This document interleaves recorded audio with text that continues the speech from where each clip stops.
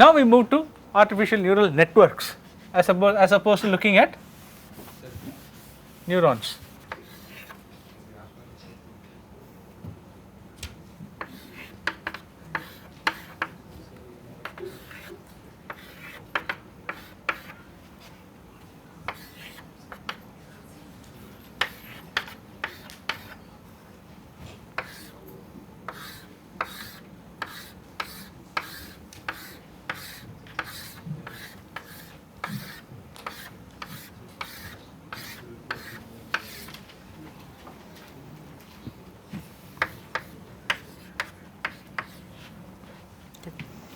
So we are going to start hooking up neurons in multiple layers like this, and the way we are going to train this is using gradient descent, right. Where we are going to train this neural network is using gradient descent. But what is the problem with using gradient descent for perceptrons? The non-linearity, right. So we had a threshold function which was not differentiable. For adenine we got around it by getting rid of the threshold function altogether. As I said, we will use a linear output, right. So what is the problem in using linear outputs in multi-layered perceptrons, right. So if you think about it, let us call the first layer weights alphas and the second layer weights I will call them beta, right. So if you think about it, so what you are producing is some alpha transpose x is the output here. If I did not have any non-linearity, if I just use a linear neuron, the output from here will be alpha transpose x, right. So z will be alpha transpose x, and what will go in here?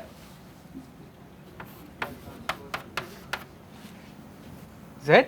So y will be that which is equal to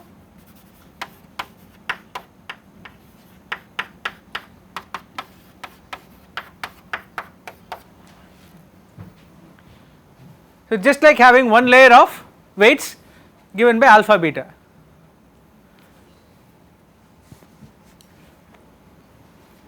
Right, there is no point in doing all this layering. So if I only have linear neurons, then I do not get the power of doing all the layering. I might as well have done a single layer of neurons. So I really need to do something non-linear in the middle. I need to have the threshold function for me to get the power of layering, right. So the threshold is actually needed, but whatever we did there, if I had kept it as linear neurons, we would have run into trouble, right. Great. So we need the threshold. So how do we get around the fact that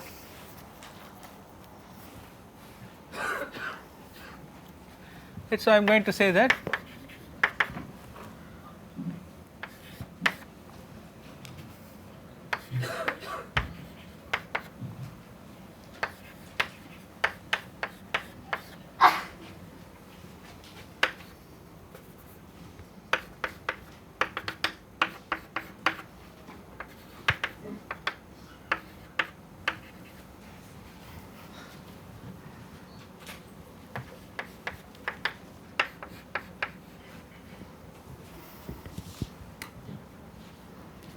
okay.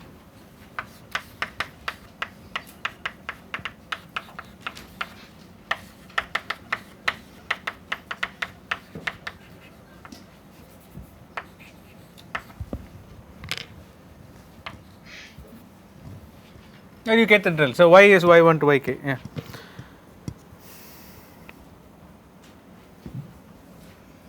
So where the sigma is a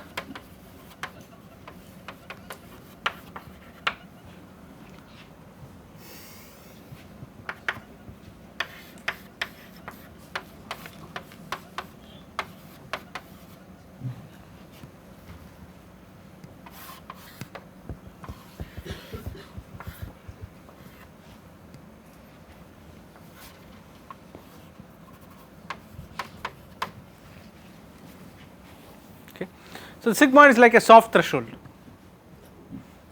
right.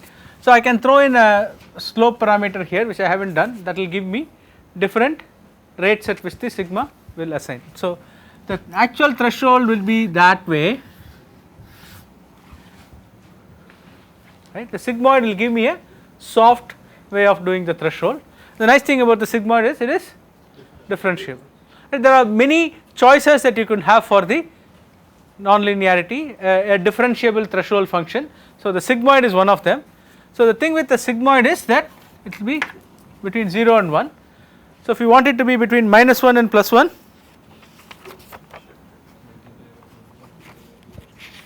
multiply by something, is it?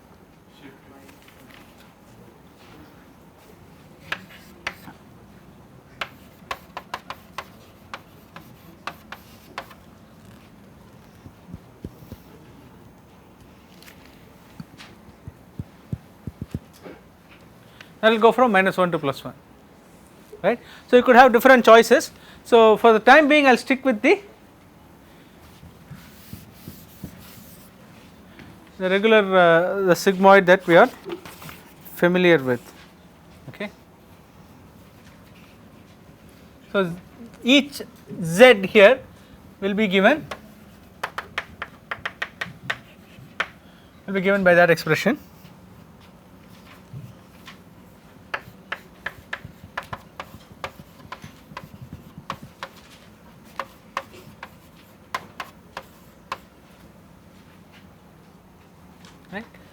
So, T is the quantity that you will see that goes as the input to the sigmoid in the output neuron.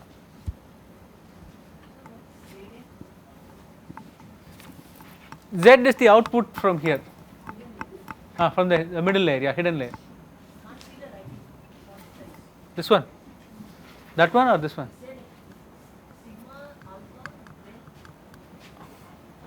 0 m alpha naught m plus alpha m transpose x. Can you zoom into that a little bit?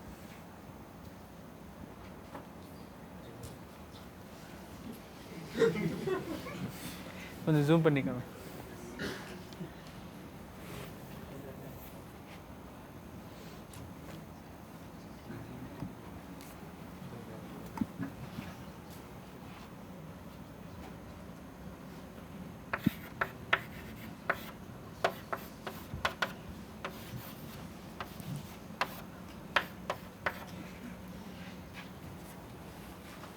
Right, can you see it better now? People at the back who didn't complain the fonts are small, can you see it better now? So, what am I doing on the laptop? Are you actually seeing the video feed of this or something? No? Okay. Right, so that is the output of the first layer, okay, and the output of the second layer is given by some other function g acting on this input t, okay. Right. So, I would like to see if anyone notices something funny.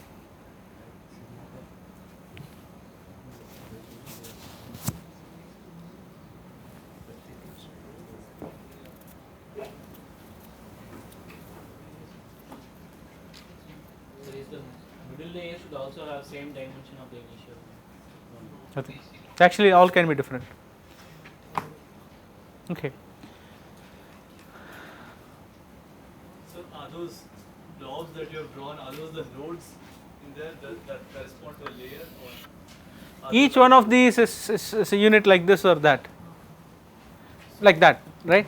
Each one of those is the one blob is a wala. So, aren't there 3 layers over there in that case? There are, good point, okay, yes, there are 3 layers, and this is sometimes called the standard 3 layer architecture, okay, but the first layer is really a fake layer, okay, this layer is really a fake layer, it just takes x1 and gives x1 out on all the outputs,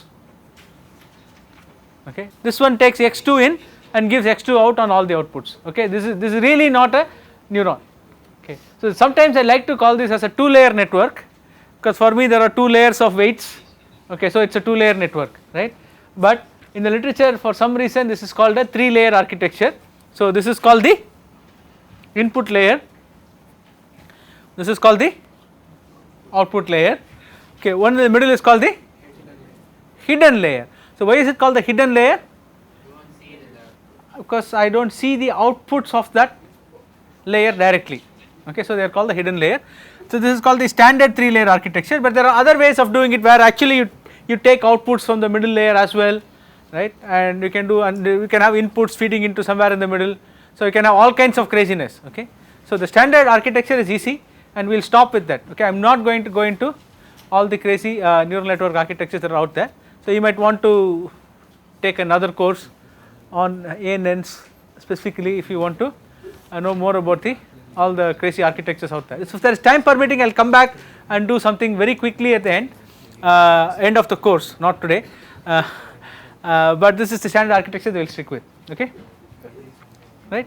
So still people have not told me if there is something odd about this, yeah. So the last layer always has to be linear. Last layer always has to be linear, not necessarily, but it did not also be sigmoid, that is why I have written it as GK.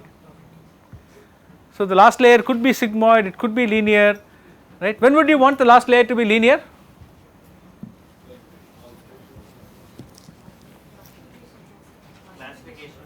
When you want it to be linear is when you want to do regression for sure, right. When you want it to be a sigmoid is when you want to do classification, right, and still people have not told me what is odd about this. I am assuming people are all thinking about it. I am waiting for the answer so that I can go on, that is why I am stalling. Yeah, so why did I write this directly as alpha m plus alpha m transpose x, alpha not m plus alpha m transpose x, but here I split it up into tk and fk. GK or different GKs. Sorry? It's a consistent sigma. The sigma is the same which applies on here. Good point. But why is it t? Why is it not tk?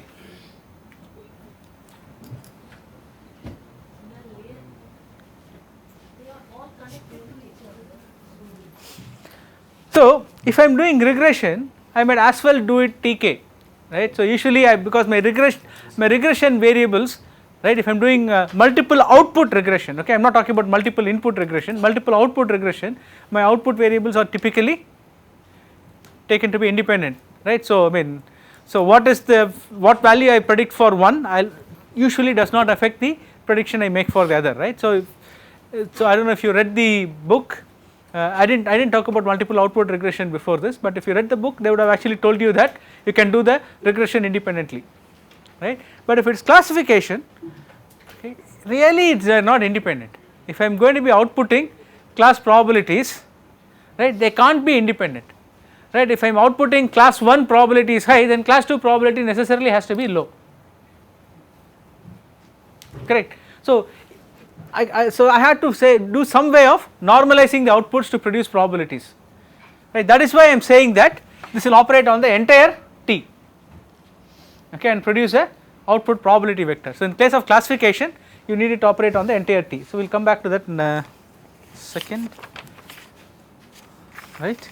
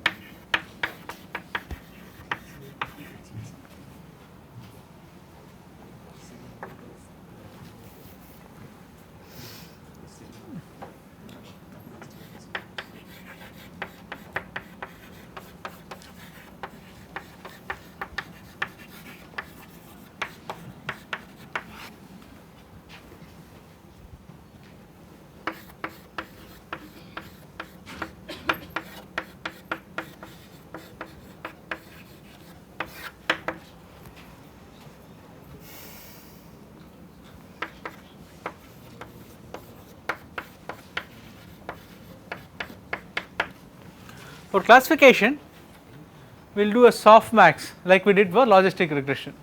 Do you remember that? So e power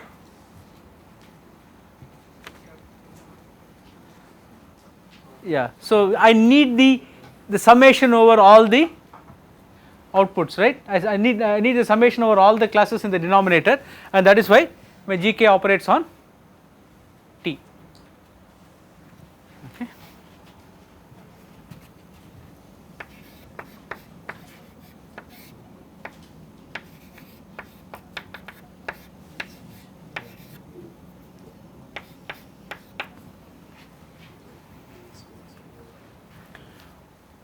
So this will be the softmax thing. So e power Tk divided by summation e power Ti. Okay. This will be the Gk of T.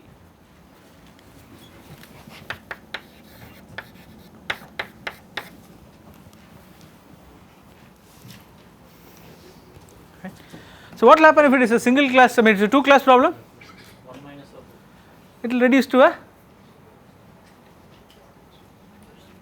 sigmoid. It reduces to a sigmoid. I can pick one class and have that output as a sigmoid, and I can just say that okay, if this is greater than 0.5 then it is that class, if it is lesser than 0.5 it is the other class, correct. So if this is a 2 class problem, the GK will reduce to a sigmoid. So if I am doing classification with only 2 classes, I can straight away keep a sigmoid as my output neuron, and then I can solve it. How many neurons I need? 1, right. Suppose I am solving a 3 class problem, how many neurons I need as output? 3. Well, you can always have the third one as dummy, and then you can say I am going to do 1 minus the sum of the rest, right. But if you are going to do this, right, so I can always say that okay, I am going to have 3 outputs which will give me the probability of each of those 3 classes. Okay, that is typically how it is done. For 2 you just have 1, right, but then for more than 2 classes you typically tend to have as many at the output. Okay. Is there any problem for doing that, with doing that?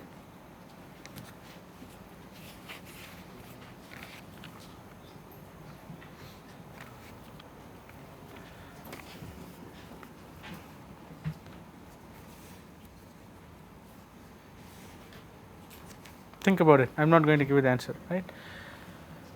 Okay, so how do we fit the neural network parameters now?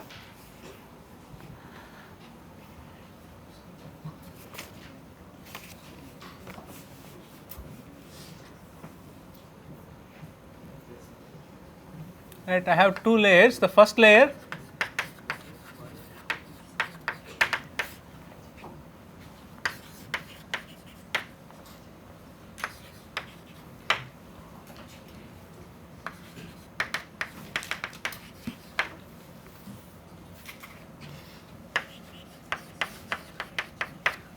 and I have m into p plus 1 parameters. So m for right, so m for each of the hidden neurons, right, p for the alpha m's and plus 1 for the alpha naughts. Okay. And in the second layer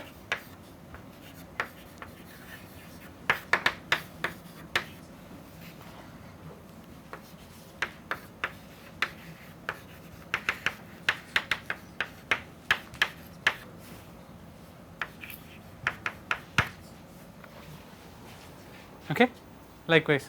So I have that many parameters that I have to fit. So I have to find all the alphas and all the betas.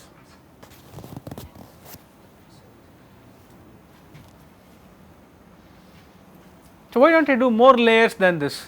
Why did I stop with only 3 layers?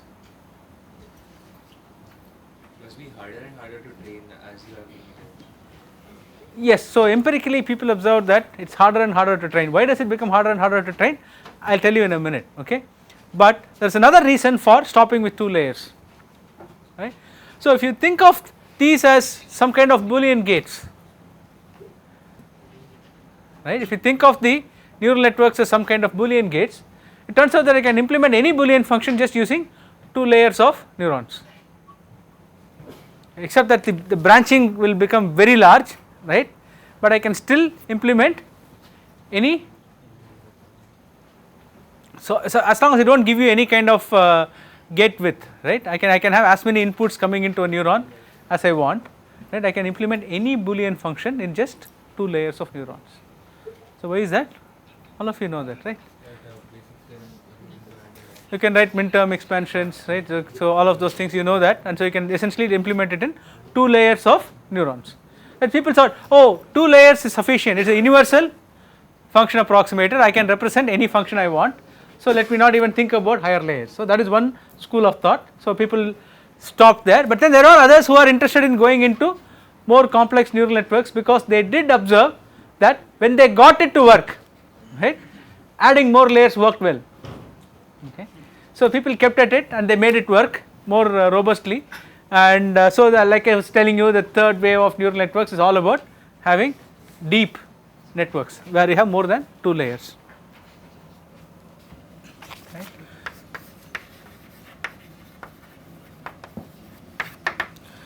So, regression, what will be your loss function?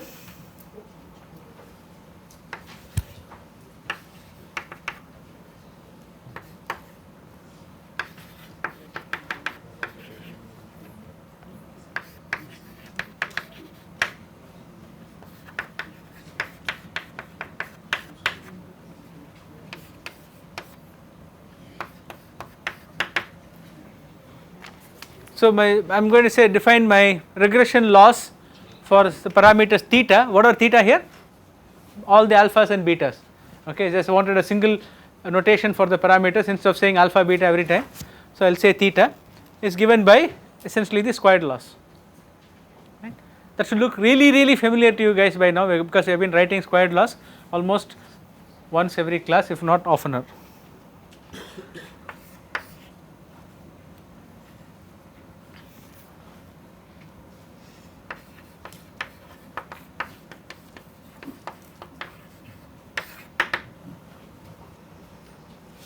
So, what about classification? What can we use for classification?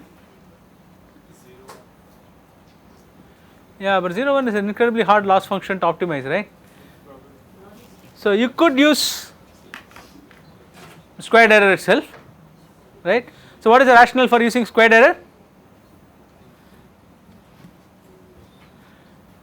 Same rationale that we used in linear regression, right? So, yik is an indicator variable, that is one that gives you the probability of this particular data point being class k, right, and you are trying to fit the probability anyway, that is what you are trying to fit, and therefore, for every data point you can take its probability of being class k is 1 or 0, and then you can try to do some squared error and try to make a prediction. Okay, that is one way of thinking about it. The other way is to use what is called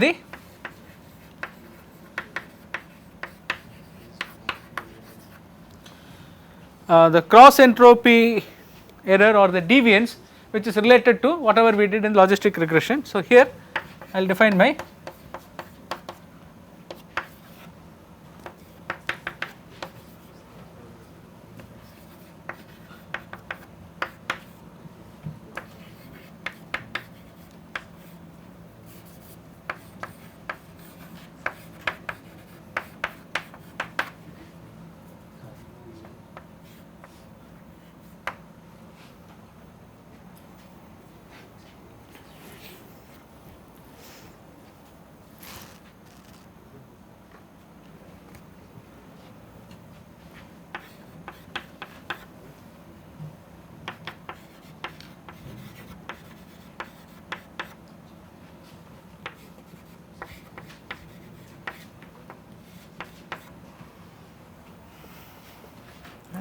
So, we will output the actual class label as the one that has the highest fk of x, like we did in the discriminant based classifiers, except that fk of x is no longer a simple discriminant function, right, and so this is essentially a error term, okay, that stands in for likelihood that we maximized earlier. So, and to optimize this error term, we will essentially train the neural network using maximum likelihood, right. So, I am not going to go there. So, we will look at a more popular mechanism for training neural networks, which essentially looking at the gradient, the squared error and do gradient descent, okay.